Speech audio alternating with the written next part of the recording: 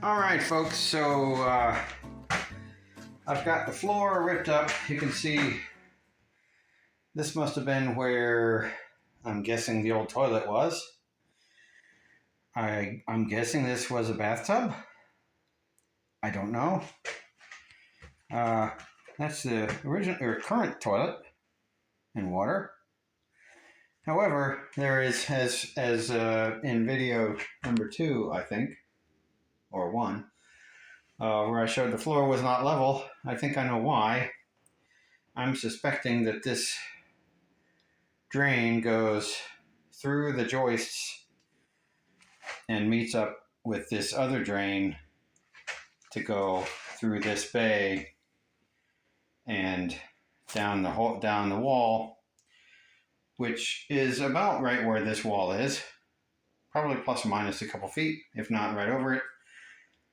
And that wall down on the first floor is basically, it's maybe even a 2x8 wide, if not 2x6, because it accommodates the drain. You can hear the toilet flushing when you're in the dining room. So I guess I could just reach in here and feel if there's a pipe. If there is,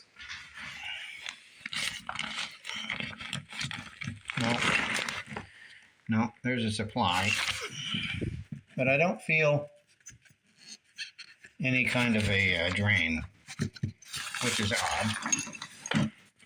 And that's the joist right there. There's an electrical wire. So, I'm kind of confused then where that drains and where that goes. Anyway, I'm considering doing the following. Ripping up the subfloor, basically cutting around the wall, maybe, I don't know, 3-4 inches in from the studs, or more, 6 inches, whatever. And then putting, first seeing why this floor sags so much. Pretty much this is the low area right in here, which led me to believe that maybe this is a pipe that goes this way. The joists are running in this direction. So if this pipe is not causing the depression, then I'm probably going to want to put shims, or not shims, but strips of wood on top of the joists to raise them all up to be the same level. Of course, they're going to be changing thickness as you get toward the deep part of the floor. And then putting new plywood down on top of that so that the plywood is level. That's one option. The other option, if this pipe does go through here and is causing the depression, then I should figure out how to fix that, which may mean that that's no longer the toilet. Instead of putting the vanity going from about here to that wall, which is 8 feet, instead of putting it there, it might be wiser to actually put it over here and then have the tub here, but facing the other direction. Instead of going to the left, it would go to the right, and then maybe having the toilet here.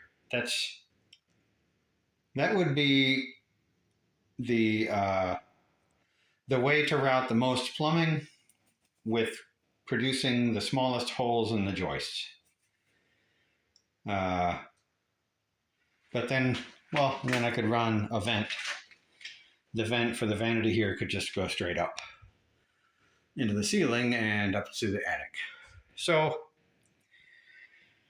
oh boy, this is going to be a major amount of work. This is probably going to be 3 times the amount of work as the hall bathroom. No, probably 4 or 5 times.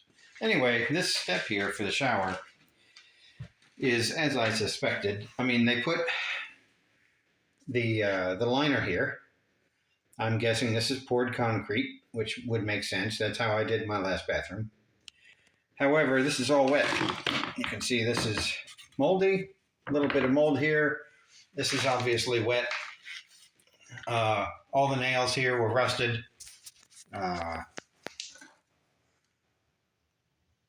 That's one that came out of the side. So water's at least been going down this part. Here's one that came out from up here. So,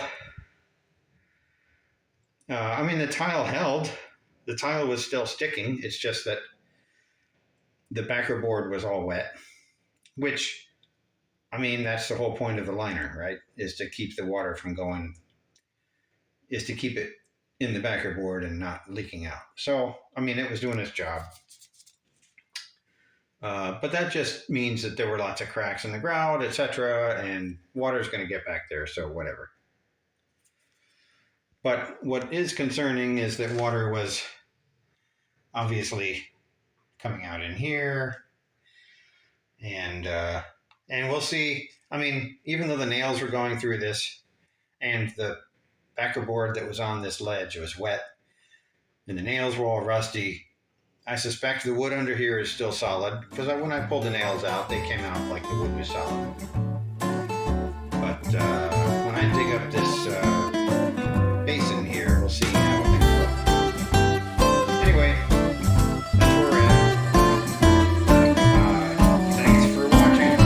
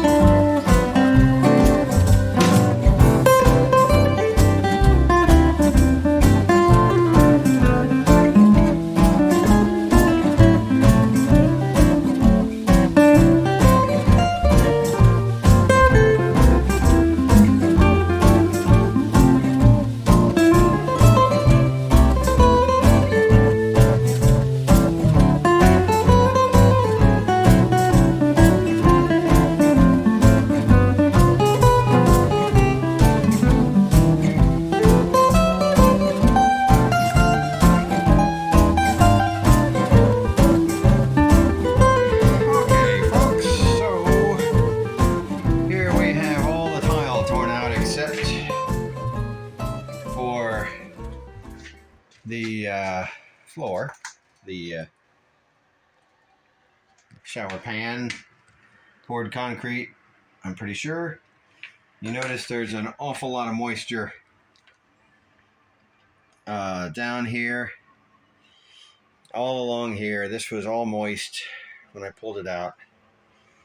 You can see what's probably mold behind. This is in between, so this surface is between the cement board and the liner, which of course is the right thing to do. They put a liner in, which is minimum as far as I'm concerned. And water still got behind it, which is why there's a liner. So we never had any leaks from this shower down below. But underneath the cement board, it sure did get nasty. So the tile, actually, I think they did a pretty damn good job laying the tile. The tile stuck like hell. It probably took me, on average, probably 5 to 7 swings of the hammer per tile to get them off. And these are 6-inch tiles. So, yes, last night I was pretty damn tired. So wall tile is done, ceiling tile is done. Next to go is this wall here. This will be completely taken out, and then we're going to have the wall come up to about here, and then of course there'll be glass and then a glass door going like this. But yeah, so, and I might frame that tile with frame that wall with 2x6 material versus this 2x4. And I don't know if you noticed, the mirror came out much easier than I thought it would. I thought it would be a pretty dramatic shatter, but it all came out in one piece. Unfortunately, I can't use it because it's tempered. I can't like cut it down or anything. Same with these glass panels here for the old shower door. I can't do anything with them unless I use the entire piece. This is all junk. So I already took the equivalent of 3 boxes of tile to the dump. That cost me $40 plus a bunch of that stuff to get rid of. So this is probably another $40 worth of mass to unload at the dump. Considering the taxes we're paying for this property, I'm pretty miffed that we have to pay extra to dump crap, especially when we're increasing the value. Anyway, that's where I'm at right now. Let me take you downstairs and show you the damage on the ceiling. This is where the drain pipes go down. This is basically framed 2x8. And you can see in the ceiling where we had a leak of water from the crappy valves that were at the faucets. And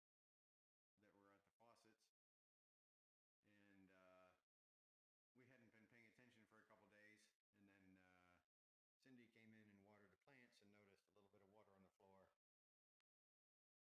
So no harm, no foul. I might have to rip out a bunch of this ceiling anyway, because the ceiling here is not level. The joists go this direction, and it's not a flat ceiling at all. So I might, depending on the pipe situation within the joists, if there's pipes going this way, that's bad. So I might be sistering up some joist material and jacking this up. Yeah, so it was basically this valve here caused the most damage. This has been filling up for the last, say, 2 or 3 days. So it's not leaking a lot, but that's, that'll damage the ceiling. Here's the wet cement board that was down by the base of the shower.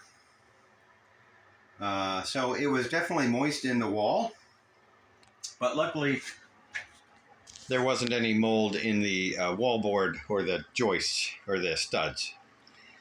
So at least it was rather contained.